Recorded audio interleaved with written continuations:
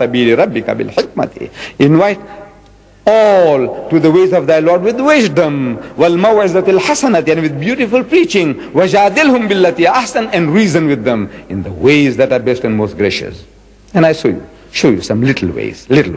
I go to the West, I go to England, I go to America, I talk to them. I says, you know, English is a foreign language to me, which it is. It's a foreign language. I acquired this, you know, because they conquered my country, and I went to a British colony, so they taught me English, so I learned English. If the French had conquered my country, I would be speaking French. If the Spanish had conquered my country, I would be speaking Spanish. But you Britishers, you English-speaking people conquered my country, so you taught me to speak English, so I'm speaking English to you. But look, it's a foreign language to me. I want you to help me with your language. You say in your catechism that Jesus is the only begotten Son. Begotten, not made. I say, will you please explain to me what you are trying to emphasize? You are trying to tell me something special. See, I can call any young man here my son, and I'm sure you won't mind, the child won't mind it, nor will the father and the mother mind it, calling your child my son. But if some person, not knowing our relationship, wants to know, is he really your son? So then I have to tell you, no, you see, this young man, I like this little child. He reminds me of my son at home, my grandchild at home, so I call him my son. And he loves me like a father, like a grandfather, like an old uncle. So he calls me uncle, or he calls me grandpa, whatever. That is a relationship. But instead, if I said, yes, he is my begotten son, you know what I'm saying?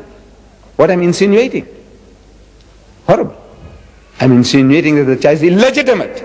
He's not his father's son, he's mine. I'm responsible for his birth. The worst swearing I can give him is that, if you know the meaning. So I just want to know what you are trying to emphasize. That's all. What you're trying to tell me. Please explain. And wallah, I tell you, you won't come across an English-speaking person who will explain to you. There's no harder blow you can give him than to plead with him, please explain, what are you trying to tell me? What do you mean when you say begotten, not made? What are you trying to tell me? How did it come about? Tell me. The nearest, in all my experience, the nearest to an explanation came from an American. See, the American is very militant. Now he is. We must give him credit. He is a fighter. And a fighter is good material. He's the best material to deal with. Not diplomats, you know, beating around the bush and cutting favor with you and patting you on the back. Hypocrites. No. Let's have a straightforward, a fight, an intellectual battle. And the American is good for that. He's a man. So an American, I had him, you know, with some people as visitors to the masjid. I happen to be one of the guides to the largest mosque in the southern hemisphere in my town, in Durban. And while I was guiding him, this subject cropped up, and I asked him this question, because I was asking everybody, nobody answers it. I'm asking him, this American. I said, what do you mean? He says, when you say begotten, not made, will you please explain? He said, yes, it means sired by God. So what? He said, no, I don't mean that, but you asked me what it means, I'm telling you what it means.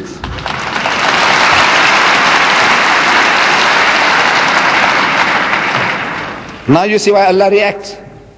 Now you see why He reacts. Sired is a term used in animal husbandry. You see, they keep pedigrees of horses, and they tell you the father of this horse and the mother was so-and-so, and the great-grandmother of this horse was so-and-so, and the great-grandfather was so-and-so, and on and on. Pedigrees of horses, pedigrees of cows, bulls, the pedigree, where they originate. Who was the great-grandfather of that bull? Where did it come from? The Brahman bull, it came from India, you know, 100 years ago, and from that grandfather we got this, then, and this is his great-great-grandchild. Pedigree. They use this term in animal husbandry. Sired. This cow was sired by a certain bull. That's what it means. This is actually what it means. Now, it is the Judaism. Now, that term, father, is not in the Quran. Beautiful word. But it's not there. I said, that is a miracle. The 99 names are miracle. But you say, look, if you want to discount them, discount them. The miracle is that the commonest, the most readily available, the one that is being dangled before him for 23 years, he doesn't catch it. And he makes us to eschew that word. Don't use it. You say, Rabbul Alamin. He's Rabb, he's Rabb, he's Rabb. He's not Ab. Miracle. Substance of the message. Allah says, another example I give you. Awalam yaral lazina kafaru. He says, do not the unbelievers see? These atheists, these agnostics, the people who deny the existence of God, can't they see? In other words, Allah expects them to see, to be able to see, to witness. Awalam yaral lazina kafaru anna samawati wal arda kanata ratkan. That the heavens and the earth were joined together as one unit of creation. فَفَتَقْنَاهُمَا, and he split them asunder. Who is he talking to? Who is he addressing? Kafir. Which kafir? The Bedouins of 1400 years ago? No. What can the poor man understand?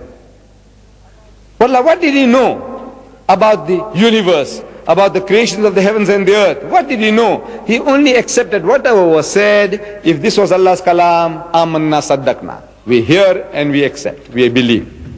This was iman that they had. They didn't have a grasp. Allah is not addressing those unbelievers of the times of Muhammad, or the unbelievers in the Congo, or among the Eskimos who might not believe in God. No. He is talking to the men of science, men of learning, who are now expounding to the world the theory of creation. That these astronomers with the mighty telescopes, when they're looking into space and they're analyzing the movements in the heavens, and they're telling you as if they did it, if they are the ones who are making these things, this machine, this clock to work, this clock of the universe, the way they explain to us as if they are doing it. Such a person with his great learning, he says that this universe came into being with a big bang billions of years ago.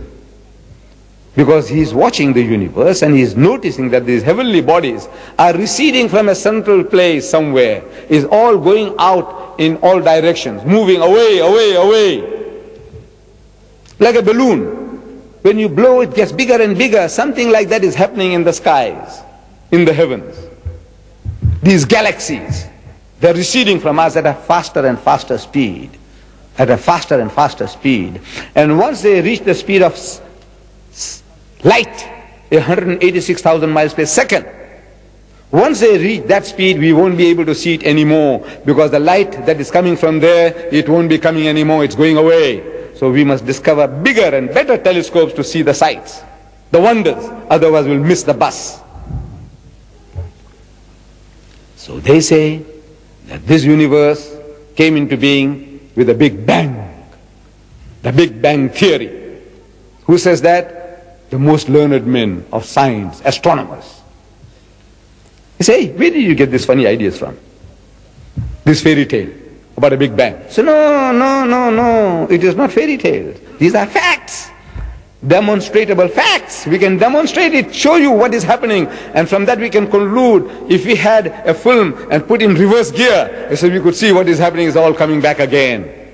With the way it's going out, the balloon, if we can deflate it, you'll see it all coming back to one central point. And there was a Big Bang. When did you discover this? He said, yesterday. Because 50 years is yesterday in the history of man. What is 50 years? Nothing.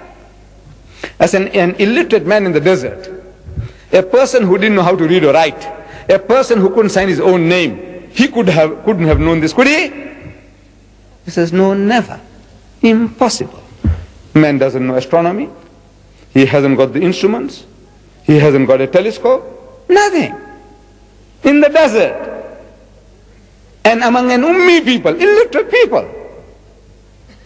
And he is now telling you, this man in the desert, 1,400 years ago, كَانَ تَرَتْكًا فَفَتَقْنَاهُمَا, and he split them asunder. And you biologists, People who study minute life, microplasm, the amoeba, he says, you know, life originated in the sea, water. Without this water, no life. And they tell you, say, look, we look back in time, in space, they say, look, this is how life originated. There was a time when this earth was a molten mass.